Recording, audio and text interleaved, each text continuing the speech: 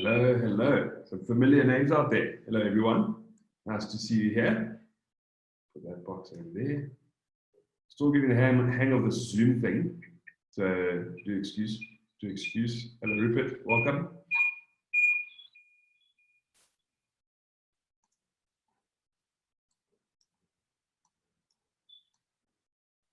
Get these out of the way. There we go. Guys, feel free to chat away on any of the chats if you have any questions. As you can see, the subject is location and location and location, but we're here to talk about a lot of things, and location there's a lot we can talk about on the outskirts of just location. So feel free to ask any questions. Hello, Catherine. Hello, Nikki, Lena, Marija. Sorry, names. Hey, Grace, how are you doing? Druza, how are you, Drew? Alice, hello, Alice. Welcome, everyone. Fantastic.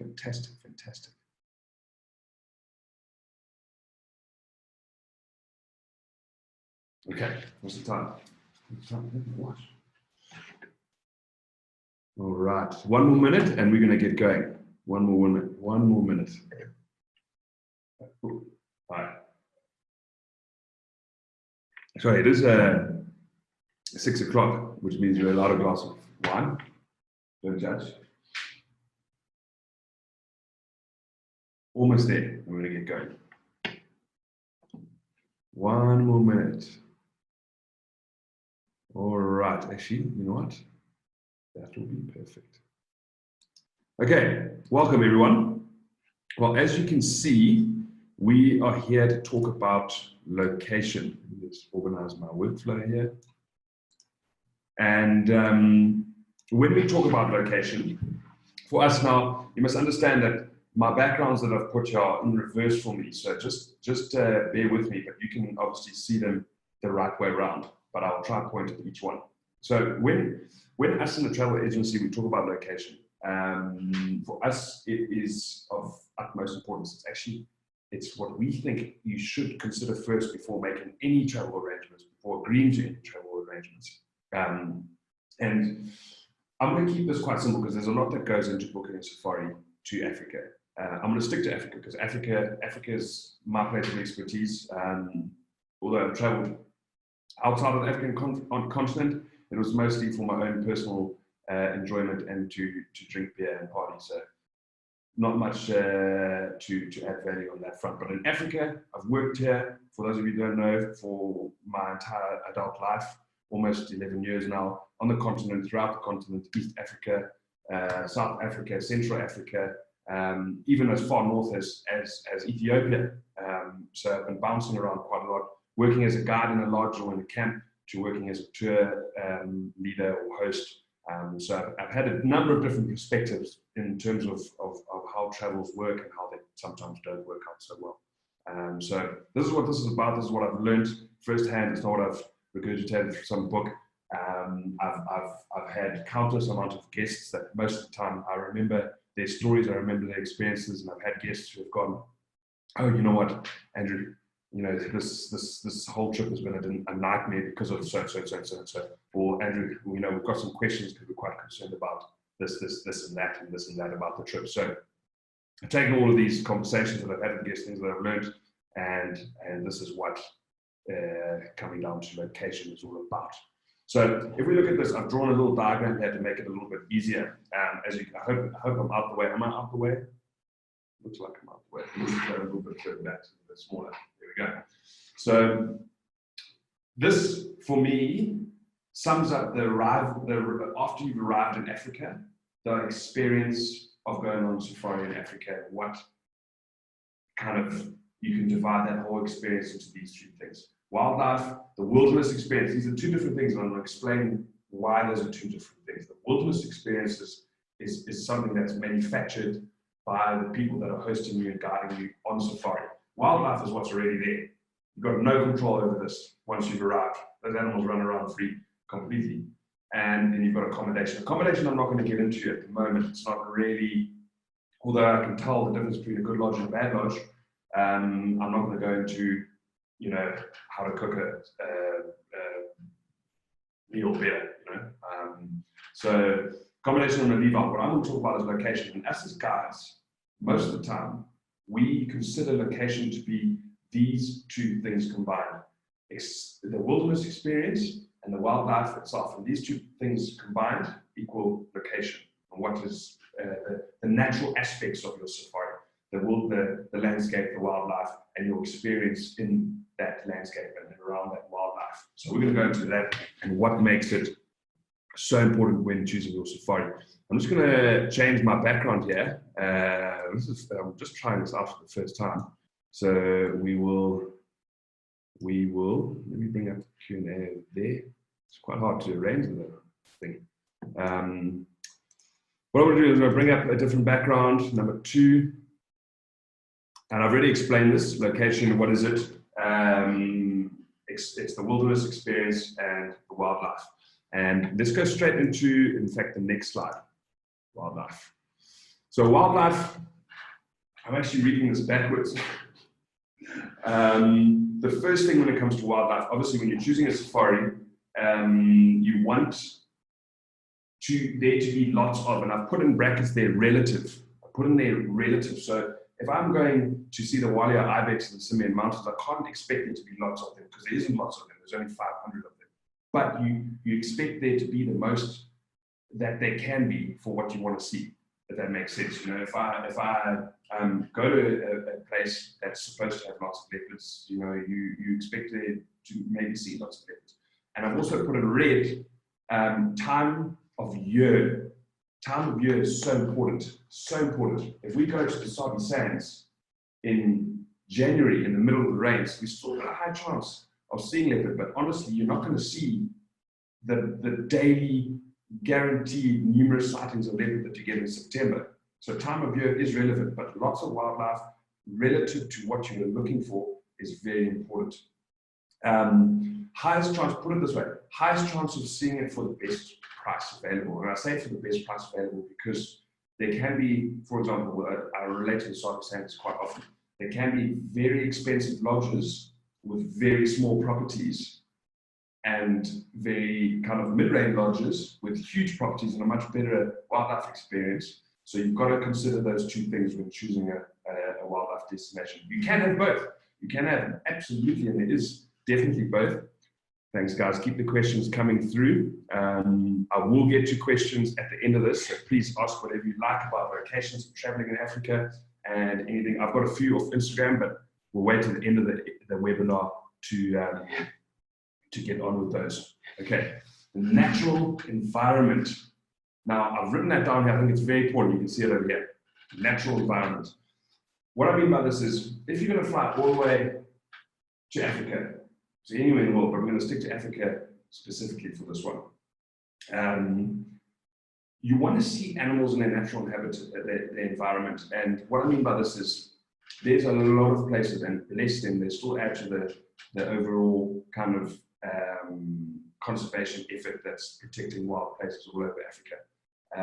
But as a travel expert, it's kind of our duty to explain to you what's your best option. And there's many places, and I've been in these places, I've created content for them. I even took a job interview at one of them once before, and I realized what it was all about. I thought, no, it's not for me really, but again, I respect them for protecting the land. But these reserves will break apart their big 5 species. So they'll have elephant in one place, and they'll have buffalo in another place. They'll have lion in another place. And all these places are fenced off because all these animals are very expensive. You don't want all of a sudden a lion to jump on your brand new rhino calf. It won't do a big bull or a big female. But it goes ahead and kills one of your prize rhino, costs you a few million rand. And now you can't market big 5 anymore, so they keep them fenced apart. But they won't tell you this in the booking process. So I've had numerous guests come to me and be like, Andrew, the last destination, I'm not going to name drop because I want people to travel. But if you ask me, I'm never going to suggest you go to one of these places. They're full of guests. A lot of local guys go there. And they'll say, but we were quite disappointed because we had to go through a gate to get to the lions, and then we had to go through another gate to get to the buffalo. And we're really hoping that, you know, we'll see those interactions that you see online of lion and buffalo. And this mistake has happened a lot. So you've got to consider the fact there's lots of wildlife, and in their natural habitat, behaving in their natural way. So you've got to ask people on the ground, and not just a travel agent. The reason why we're having this whole webinar is I've had numerous safaris where guests have been led astray by travel agents and gone, Andrew, or gone to the guest, let's call them Bob and Cindy. So, hey, Bob and Cindy, you're going to such a beautiful 5-star luxury camp, brick walls and everything, and they arrive at my rustic half-star trails camp in the middle of Makuleki, where I have to lift up trials for them every night, and there's buffalo breathing outside their tent every night. For me, a magical experience for me. But for them, they were surprised. But you know, we still made it work, and and they loved it at the end of the day. But if you know, sometimes it doesn't work that way. Sometimes people are very pissed off; they don't get what they want.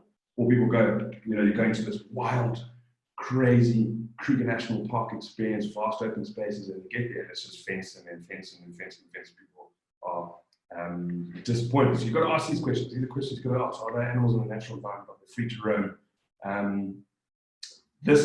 I should have put this at the top. And at Wild Eye, we're very strict on this. And I think as a traveler, you need to do this yourselves and be religious with it. Sustainability and ecotourism. Every single camp in Africa calls themselves an ecotouristic camp. Every single lodge calls themselves ecotouristic camp. I have not seen or heard of one that doesn't consider themselves an ecotouristic operation. But let me tell you, a lot of them aren't. Unfortunately, a lot of, in case you don't know what ecotourism means, it's pretty much a sustainable way of running a lodge or a camp. Communities are involved, communities benefit.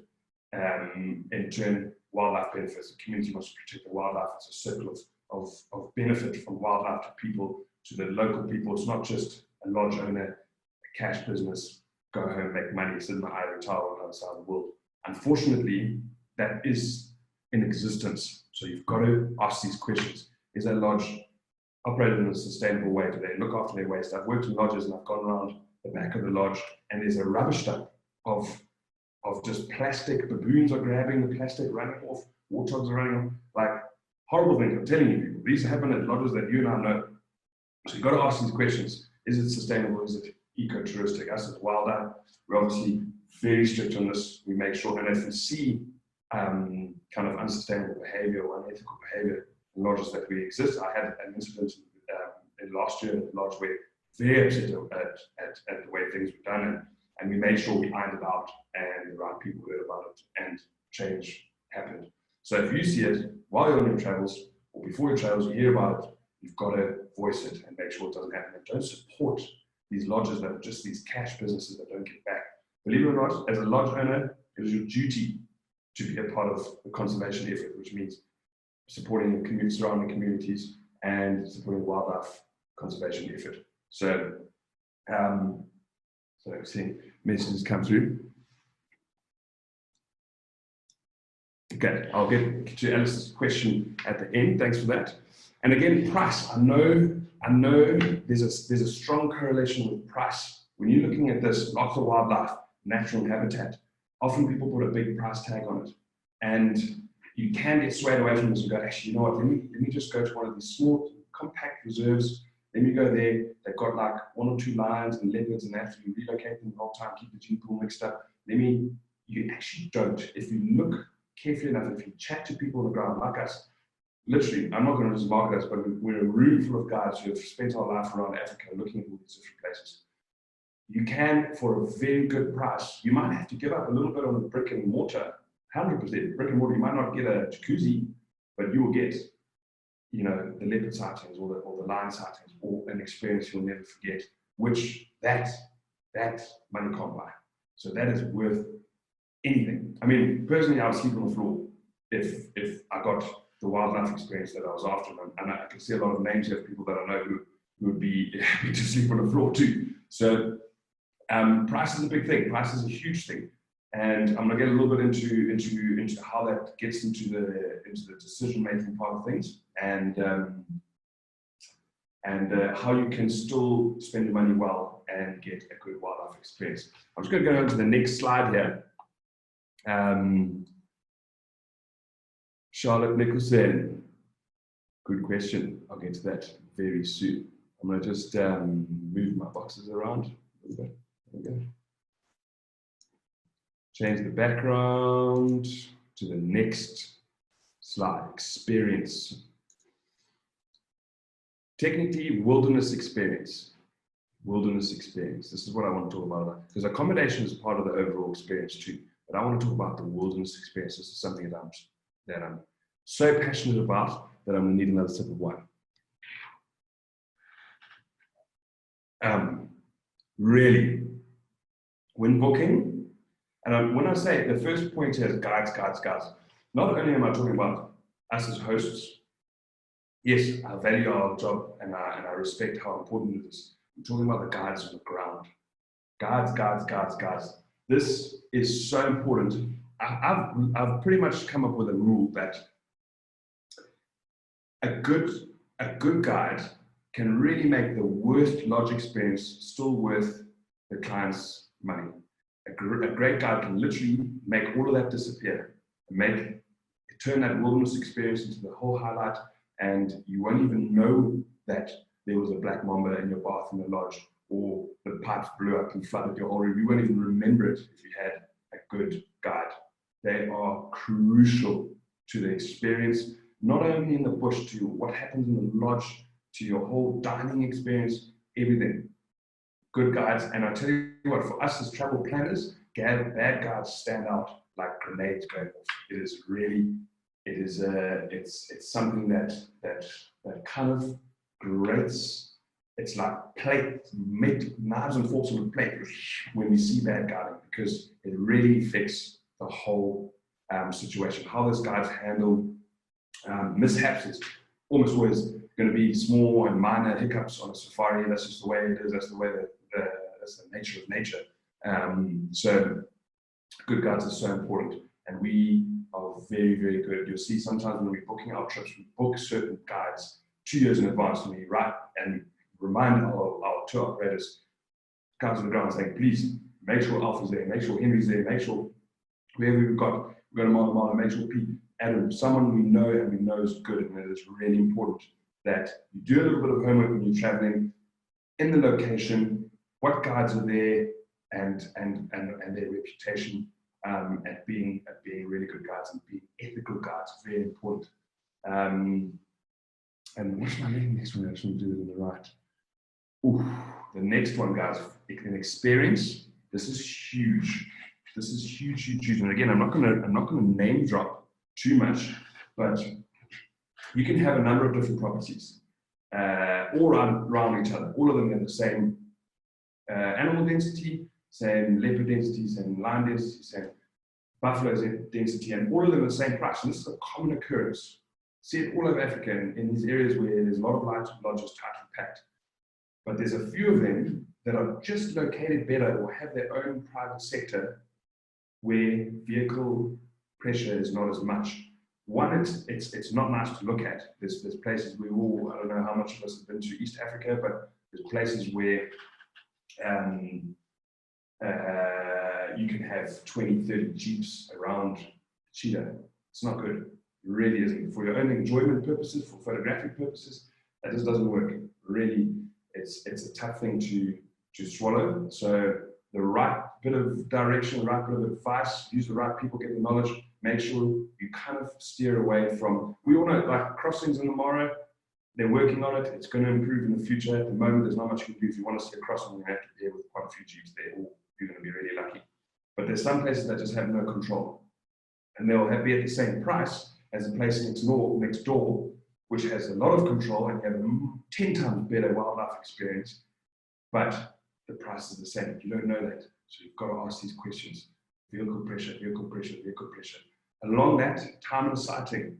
This is huge. Again, I'm not going to name drop, but I've worked with properties, all of them quite close to each other, where this property, you had 20 minutes with a leopard. And I promise you right now, 90% of the incredible things I've seen in my life as a guide, kills, I don't know, mating, something that I was waiting for, animals, leopards or cats or something jumping across a river, splashes, photographs that we've been really, really wanting and looking for.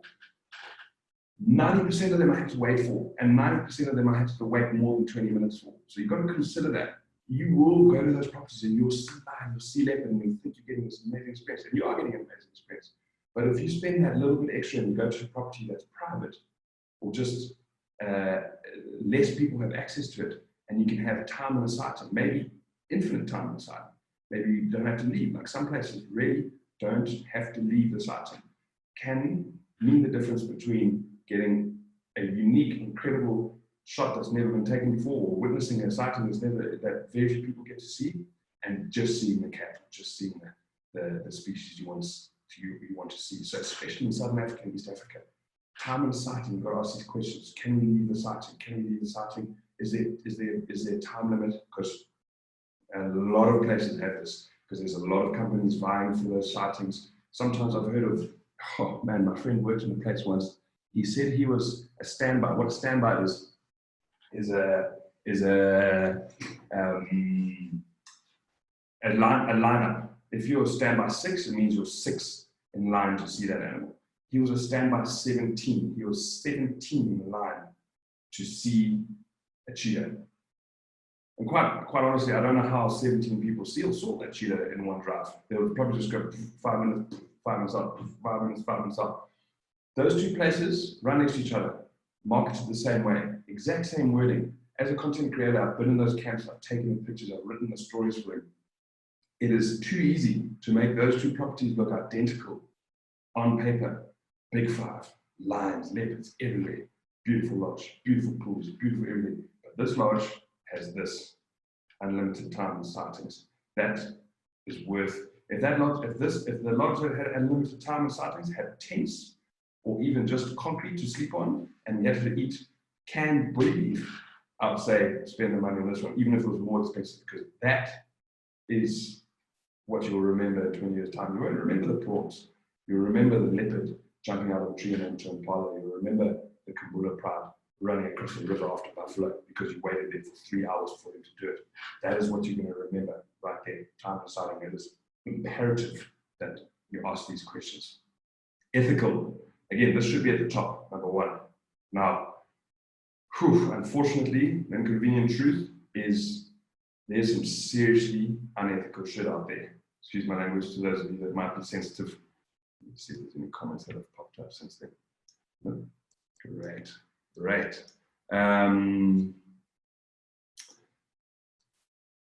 Being ethical as a guide, as an organization, is so important. And I know sometimes, as a client traveling, you're not gonna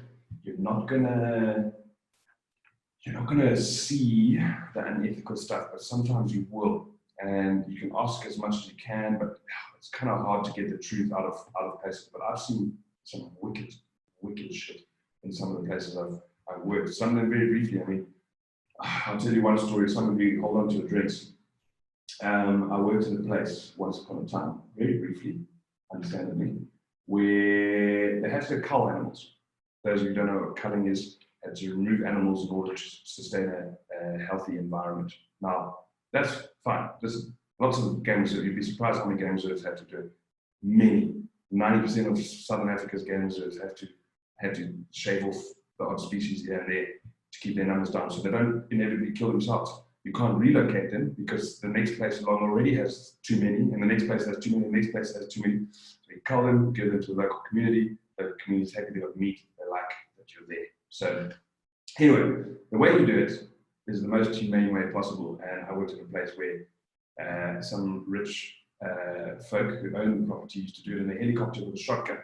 Now, only in Hollywood can you shoot that accurately. So they left a lot of animals wounded, and I used to find them on walking safaris. I see them with gunshot wounds all over their body.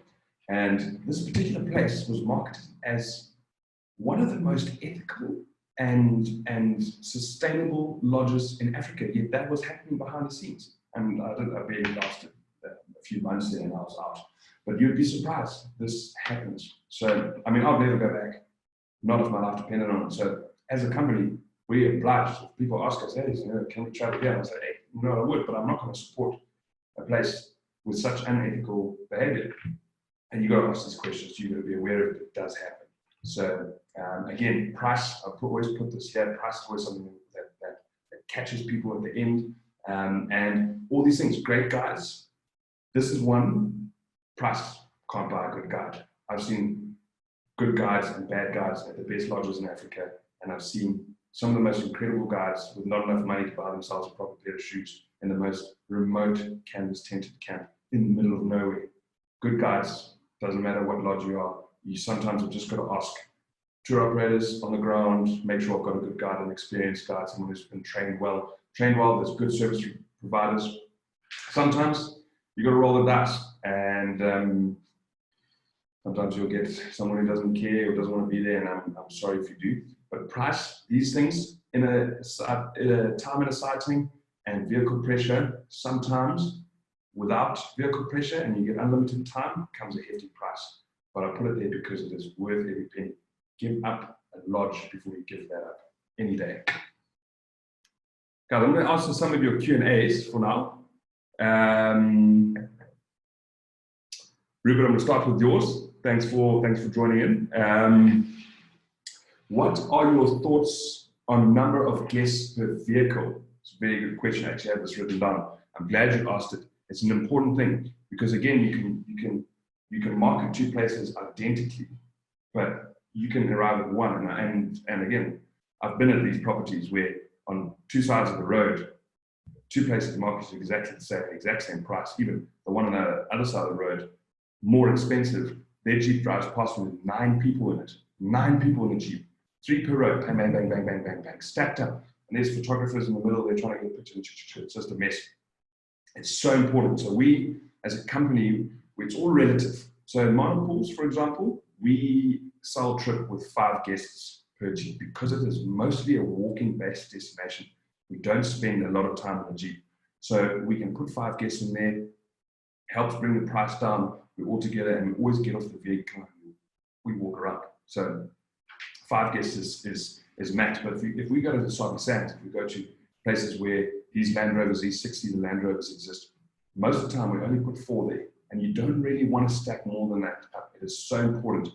These places that throw 9 people on a Jeep, I mean, you go to some places in East Africa and you just wonder how people breathe because they've sold this trip, this exclusive, everyone throws exclusive all over their website, exclusive journey. And then all of a sudden, there's 10 of you in a matatu. Those of you that don't know what matatus are, it's the minibuses in the Masai-Mara. We're not huge fans of them. And there's 10 people there all, vying for space, trying to get space. So these locations have different policies when it comes to putting people in Jeeps. Like us in the Mara, we're 4 people per Jeep, max. Now, Jeeps are big. You can put 8 people in there if you want. But having that maneuverability, having that space to move around, especially with camera equipment. Not everyone on this chat I can see is photographers. But even if you're not a photographer, that space to move around and comfort is so important. If you are a photographer, some of you have been on safari with me before, you know how it is. If you're swinging around big lens, can you imagine if there's 6 of you in that Jeep? It would be a nightmare, and it'd probably be broken equipment. So numbers of guests per vehicle, very, very important, and each location is different. So Sabi Sands, for example, from one property to the next, you're either max 4 per vehicle, max 6 per vehicle, max 9 per vehicle. Some people even throw a couple more in the front seat and put 10, 11 people in the vehicle. So very important, and it will have a huge impact on your experience as a whole. So keep that in mind. Should put that actually at the bottom here. Guests, number of guests per vehicle. So Charlotte Nicholson, do you always pay for what you get? Negative, unfortunately. A lot of the time you do. I do admit you do get to what you pay for, but you can get swindled, call it swindled. You can very easily get swindled, that's for sure. I've had some nightmare situations when I've had clients who've been so upset with me, and we spent all this money on this place. And basic things weren't right, like coffee orders in the morning, food orders, dietary requirements. I don't eat milk, and you get a milk tart for dessert. I mean, these are small things. That's that's foodstuffs. But if they're getting that wrong in the lodge, those small things, it's kind of come through to the wilderness experience too, and you're going to get that wrong too. So you don't always get what you pay for. This is key when it comes to asking people around, asking these questions, and making sure that people are fully aware of what you want. And it's always, I know everyone has well, not everyone, but a lot of people have their preferred travel agent at home, wherever they might be in the UK, in the States, they have a preferred travel agent at home. Make sure your travel agent has a connection who is in the camps, who's got first-hand experience, because they can tell you anything. So make sure you ask this question, because you won't always get what you pay for, unless you book with us, obviously. Seriously. Another question, Alice, I hope that answers your question, Charlotte. Alice. Super interesting, ecotourism. How would one go about verifying that they are actually what they say they are? Massive issues in Southern Kenya because of this false narrative, where actually communities get peanuts, creates frustration, has negative impacts on conservation efforts. Very good question, Alice, very good question. Alice is asking, how do you verify the kind of ecotourism sustainability of a lodge? Because, you know, you're getting told that they're amazing. The truth is, it's very difficult. Very, very, very, very, very difficult. To be honest, no matter who you ask a foreign travel agent, you ask a lodge owner, anyone who works at the lodge, chances are they're going to tell you exactly what you want to hear, which is we are ecotourism, we are sustainable. But the truth is very hard to come by. The best thing I can suggest is asking experts on the ground, people in their field, locals in the area. These days, the whole world is open. You know, if you just go into the Kenya hashtag, you sooner or later you're going to find a scientist who works in the area, someone who studies the area, or a guide who works in the area, and you can build a connection. It's all about networking with people, asking people in the area, people on the ground, especially people who have no benefit from a lodge that's operating in the area, and say, hey, I'm planning to travel to Africa. I want to see this lodge. Have you heard any good news about it? I'm really, really strict on sustainability and ethics. And that's your best hope. Asking people who have no benefit in making a sale out of your trip, and go, actually, you know what, Alice, to be truly honest, I saw some pretty disgusting things happening in that lodge, and I'm actually fighting it myself. So I won't say much for the sustainability, but they are beautiful and they have lots of games, so you enjoy yourself. You've got your answer. So yeah, you'll have to, if you're really passionate about it, and I hope people are passionate about it, you've got to dig. You've got to dig around. Ask us, those of you on here, we're always available to answer those questions. And we know of some places that aren't really that ethical, and we definitely wouldn't support it. And if you were going to a place and wanted our advice on it, we'll definitely let you know. If we didn't know, we could do some digging for you. And if you dig hard enough, the truth will come out. So I hope that answers your question, Alice. Thanks for that. That's a good one. It's not easy, but dig around enough, you will get your answer. There we go. Thanks, guys. I'm just going to go to the next slide. And we're almost done with the presentation. What's the next slide? I've got to be careful which slide I click on here. What limits us in making this decision? This is an interesting one. I wanted to bring this up because it's not always as easy as going, okay, I want all those things. I want the best guides, I want the best wildlife, I want no vehicle pressure, I want no time limit, I want all of this, and I want all of that all in one, and all of a sudden you got $20,000 safari, and you're like, shit, now what do? I don't have that kind of money. Or maybe you do, good for you, that's great. But there is some limits, and available time is always a limit. Obviously, the more time on safari, the better, but you might have 2 weeks.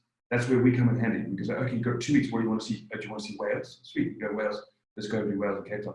You want to see Great Migration? Okay, you pull all these things together, you want to see this, this, and this. We go, hang on, actually, if you spend 1 day at Mala Mala and 1 day in the migration, 1 day in Wales, you probably might not see any of it. But if you spend 3 days in Mala Mala and 3 days at Wales, you'll definitely see leopard and you'll definitely see whales. Or if you want to definitely see leopard and you definitely see migration. And 1 day in Mara doesn't mean you're going to see a crossing. Hardly, definitely doesn't mean you're going to see a crossing. But a week with us in the Mara, one of our Mara weeks, and a couple of days at Mala Mala, you're probably going to get both leopard and crossing. So available time, you've got to use it well. Sometimes sacrificing one thing that's kind of, I would like to see that, but it's not that important. and focusing more time in one place to make sure you get those things that you really want to see. Price again comes into it. Price. These things can get expensive, but I promise you, I've worked in camps where, what was the price of? It was 4,500 rand, and it was a 3-night trail. So it was about $100 a day to stay in this camp, full board, everything. Okay, it was a canvas tented camp. It was in the middle of nowhere. I never had a guest leave there who wasn't absolutely blown away by the experience because of the way it was constructed. It was so, the details were so cared for, everything. The food, the way we walked, the places we went to was completely unique. You never saw another human. It was so valuable. And everyone, even the people who completely surprised by the whole experience, said, oh no, I thought we were coming to a lodge. They said their lodge experience after that didn't compare to that camp experience. And it was $100 a day, guys. So you can buy an amazing experience for not much if you know where to dig, and we can help you with that. Time of year is another one. I know people always have kids in school, and they have, you know, school holidays to attend to, and sometimes those school holidays are only in the beginning of the year, January, February, March. And, oh, what are we going to do? You panic, you go to Southern African lodges and you go, oh, geez, you know, the game viewing wasn't that bad. You should have gone to Kenya, that's its high season. Oh, sorry, Tanzania, that's its high season. It's great to go to Tanzania in that time of year. So time of year, you've got to ask around, ask your experts. There's a good place to be in Africa every month of the year, put it that way. December, January, Ethiopia. You know, January, February, March, Tanzania. June, July, pretty much anywhere. August, September, Southern Africa, or if you want migration, East Africa again. Time of year for everything. Diet, people are terrified of diet. Physical condition. This often gets asked, Andrew, I can't do it because of my physical condition. You do have to be careful. Some places really, like mountains or heath and walking, you gotta be careful. A lot of people like gorillas. Oh, Andrew, I can't walk. My friend, those Ugandans will carry anybody up those mountains. You've got to ask these questions. A lot of people don't even ask. They go, I'll never do gorillas because I have to gorilla trek. You actually don't have to trek. Pay for the chair. I've seen it with my own eyes. Incredible experience. Those Ugandans will carry you the whole way up the mountain. Doesn't matter how mobile you are. They'll literally tie you into a chair and they'll run you up. So you've got to ask these questions. Andrew, I'm a bit, you know, I've got, you know, no legs. They'll still carry you up. Doesn't matter. You can see gorillas. So don't, you've got to ask these questions. Diet as well. I've had I can't remember what he was. He pretty much, I think he ate, I can't even remember, but he was lactose-free, glucose-free, vegan, didn't eat anything that didn't fall off a tree type of thing. Middle of nowhere camp in Tanzania. It was a 16-hour drive for me to get in there every year. Our clients had to fly by plane, 4-hour flight from Dar es Salaam in Tanzania. We got him his food. So don't let that diet change, but it's something you must consider, because some places, even very fancy places, are sometimes drop the ball on that front. So you got to ask these questions. Risks, malaria, politics, animals, danger. There's so much to go on about this. I often get asked about malaria all the time. As you know, I'm really worried about malaria. I've had malaria so many times now. I'm really bored of it. It's something you need to ask about, but it's not something that you can be worth altering your trip for. If you go to Zimbabwe, Zambia, the malaria is there, take your pills, Malarone, it's available to everyone. It's too easy. It's too easy to avoid these problems as long as you just ask the questions. Politics, sometimes countries that get a little bit shaky, a little bit unsafe. Zimbabwe, I often get asked questions about them because they had a rough couple of years in the 2000s. One of the safest places on earth, honestly. But some people do change this right now. I'm really worried about the economic state. So very, very, very good questions to ask. And you must ask them, and we always have to answer them. And those technically, it could be limits, but if you ask the right questions, they don't have to limit your trip, if you put it that way. Limit you getting to the right location, if that makes sense. Then we just put the next slide up. I think we're almost there. This is really important. This is very important. Balance, it's all about finding balance. We can't always get everything that we want, the best lodge, the best camp, the best guides, the best wildlife, the best everything. So what you can give and what you cannot give on. Give on accommodation before you give on location. We swear by that. We swear by it for all the reasons I mentioned before.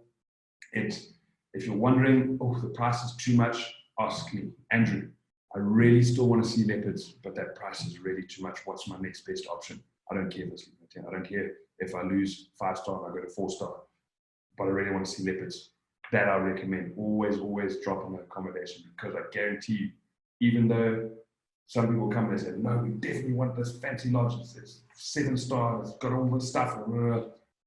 If I took that same person on a safari to certain places that I've been, where I know the experience is good and I know they can spend a lot of time in the sighting and we had free reign, they would choose afterwards, they would have chosen the destination with a better location, better wilderness experience, because that is what they will remember.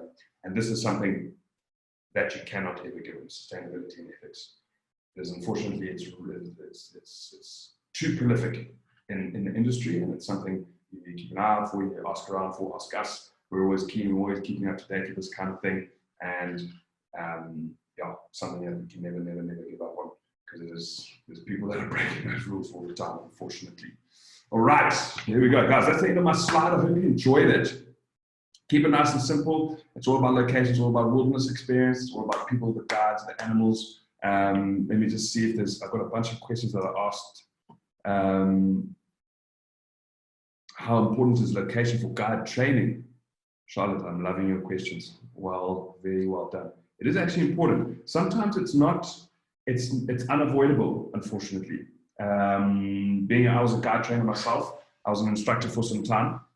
So there's places like, one of the good examples is East Africa. So the Serengeti, the Masai Mara, these ecosystems, like the Kurus, all these places, there's not a strict guiding,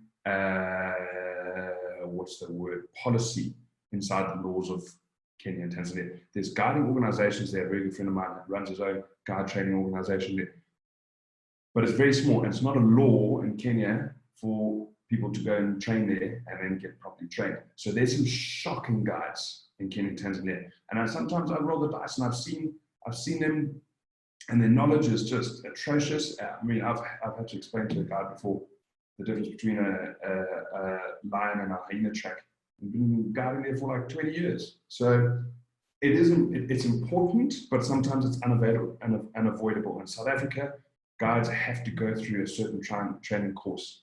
Whether they go through the right service provider or not, I'm not sure. These days, unfortunately, you can be guiding guests in a Jeep in a Big 5 area in 30 days, which is not enough, to be honest. It's really not enough. You don't learn anything in 30 days. So, but in South Africa, you've got a higher chance of getting a high qualified, high trained guide who at least knows how to keep you safe, and knows how to shoot a rifle in case things get ugly. Not that that's important in some places, but in some places it is important that they have it. And his knowledge is pretty good. Whether he's entertainment superstar or not, I don't know. But you've got a higher chance in Southern Africa of getting a highly trained guide. Even in places like Zambia, Zambia has a national guiding qualification. You have to go through this process in order to be able to guide people, which kind of sifts the wheat from the chaff. It means that you've got a high chance of getting a very, very, very good guide.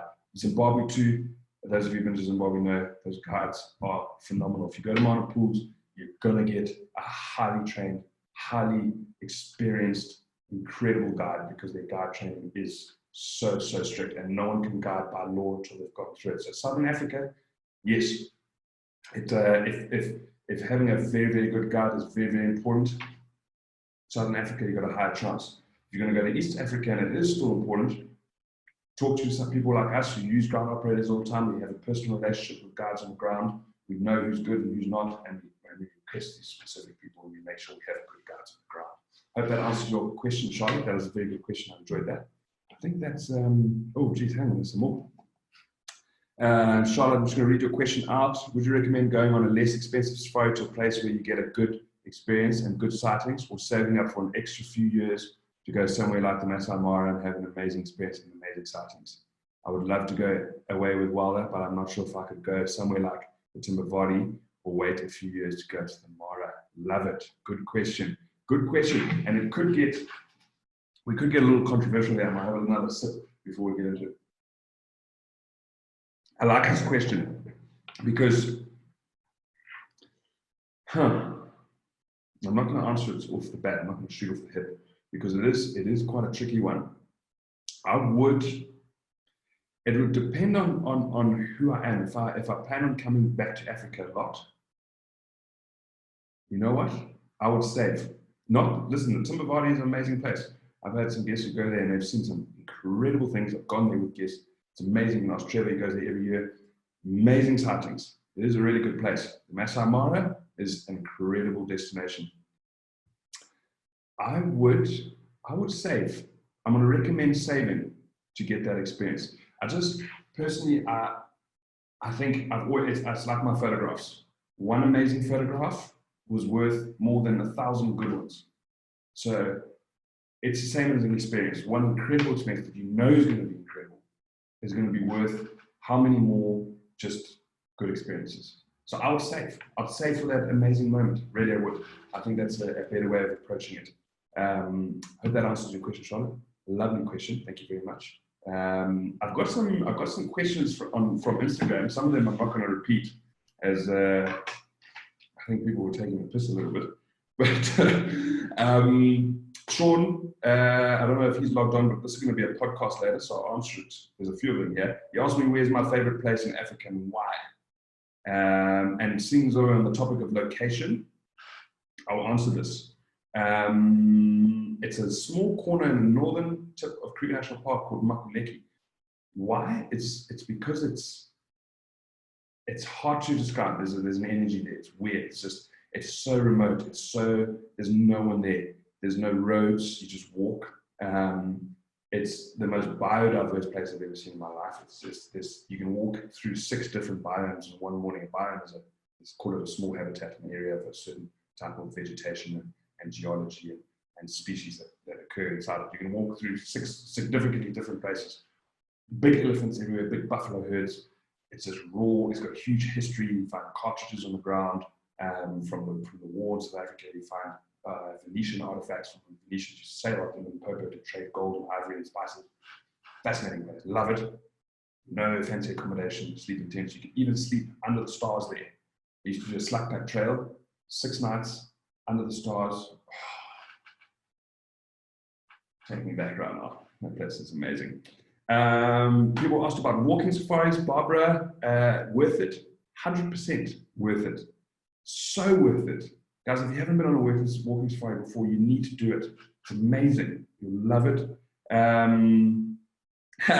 Mike's asked, actually, no, this guy, Mike, he's obviously wanting to shake the tree a bit. Who has more leopards? Mala, sorry.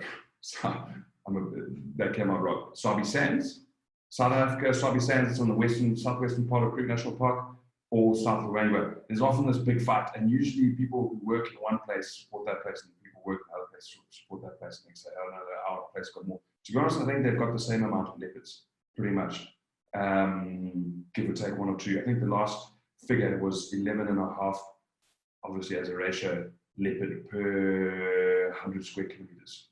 So there's a lot of leopard in one place, and that's for the Sabi Sands. I'm pretty sure the South Orange is the same. There's both see similar amounts of leopard. The difference is in the Sabi Sands, you've got a lot more jeeps patrolling a lot more area, covering a lot more ground. So I think there's a lot more sightings of leopard, even though there's the same amount in the Sabi Sands. But you see pretty much the same amount if you go to either place. Very, very, both places are amazing. The habitats are completely different, but both amazing. Someone asked about malaria. Again, I've covered that. Someone has asked me, is anywhere not got coronavirus at the moment? I really want to travel to Africa, but I don't know where. Again, I think most of Africa is under travel restrictions at the moment from States, UK, China. So if you're wanting to get on a plane right away, maybe just hold that off for a month and just see what happens. East Africa or South Africa? Very difficult question to ask, but to answer, East Africa or South Africa. I actually get asked this question a lot for those of you that might be interested in it. East Africa or South Africa? There is no wrong or right answer to this. It's entirely up to you. And there are such different experiences, really different experiences. I'd say East Africa is more known for canvas tent, wide open spaces, endless plains, huge. You can cover a lot of ground, and you can see a lot of different places, and you can move from the Ngorongoro crater to the Serengeti to this place in that area, and you see a vaster expanse of places. South Africa is more known for the 5-star luxury lodge, Big Five experience, where sometimes, and I've had many clients, we've gone on one drive and we've seen rhino, leopard, lion, buffalo, elephant, among some other stuff. So South Africa is more known to that. One experience is not better than the other. Very different, and both very, very, very, very, very cool. How much do you bench press? That's how much are you? Davey, I don't know what that means, but I'm not going to answer that. I'm not going to answer the bench press, but somewhere around 130. But yeah, that's the question from Instagram. Any other questions from you guys? I've thoroughly enjoyed the chat. I hope you enjoyed it. That's it from my side in terms of location, choosing a location, what's important. Oh, sorry, there's more questions here. I'm just scrolling. What's your opinion on, Catherine, nice to hear from you again. What's your opinion on Botswana, Okavango Delta? Worth it? It seems pricey. What time of year would you recommend for there? Good question, Catherine. Yes, the Botswana, Okavango Delta, I do recommend. Spent a lot of time there myself, very lucky, very fortunate to have done it for quite a few years in a row. We used to go on holiday there to a very special place called Santa Divia River. It's around the center of the Delta. It is a completely unique environment, completely unique. So that is one amazing thing about it. There's no place like the Okavango Delta. There's such a big river, filters out into a desert and trickles away and leaves this oasis of channels and reeds and white sand and palm trees and so many animals. It's crazy. It is incredible, and yes, there's some very, very, very pricey places in the Okavango Delta. It's notorious for having very pricey places. Whether it's worth it, I do recommend it. It is worth it because of its uniqueness. That's where the price comes from. But I do recommend saving up and seeing it one day. You have to. There's other ways and cheaper ways of seeing Okavango Delta. You don't have to stay at the very expensive $2,000 a night camps. You can even do mobile safaris. I respect mobile safaris a lot. They can be a lot of fun where your tent, you and your crew go ahead and put up tents and you go from different places, quiet plans, route you into the Delta, come back again. So you can mix it up, and those are much cheaper. So there are cheaper ways of seeing the Delta, and maybe a mobile safari is the best for that. So I hope that answers your question. Nick Smith, Mutlek is the best. Damn right. It is the best place in the world. I love that place. Charlotte, if you have a great safari at one place, do you go back or take your chance somewhere else that could possibly be better, but maybe not? Such a good question, Charlotte. It's up to the individual. I mean, I went to the place called Mala Game Reserve quite some time ago. And there was a lady who came back every year for 2 weeks, and she'd been doing it for about 15 years. She never went anywhere else. She went home, she saved her money, she went back to Mala for 2 weeks. And no matter how much, even I said, hey, why don't you, go to East Africa, try something, see some other? She said, no, I like coming here. It feels like home to me. I know the people, I know the wildlife. She used to keep track of all the leopards' names and lions' names. She followed them and she wanted to come back and see them. To her, it was like a home, it was like a family. She didn't want to see anything else. She wanted to come home. So that was a rare case. Personally, I'd say you should mix it up. And these days, there's enough knowledge out there. There's enough experience out there. If you stick with us, Sean, and you always chat to us with regards to where you go, whether you travel with us or not. We've been to these places. We've seen on the ground.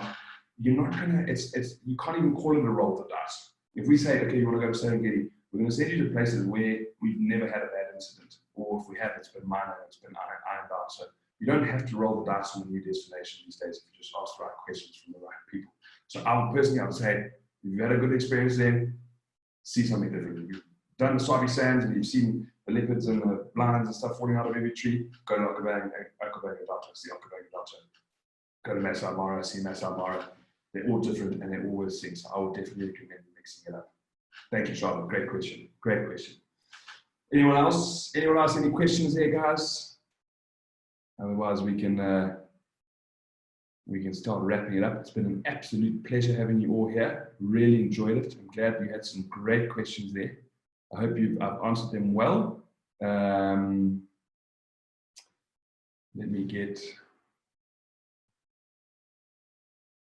Oh, there's some questions here. Oh, Grace, do you want to know what the lodge is called? I'm afraid I wouldn't be comfortable giving it out right now because things could have changed there, and I don't want to put it on its head. But I could ask. I've got some friends who still work there. I could ask and see what's happening there. So I wouldn't be comfortable. Location. Okay, even that's a little bit, because people know my history and they'll know exactly where it is if I give the location. But I'll make sure you won't go there. I'll make sure you won't go there, Grace. Don't worry. Don't worry.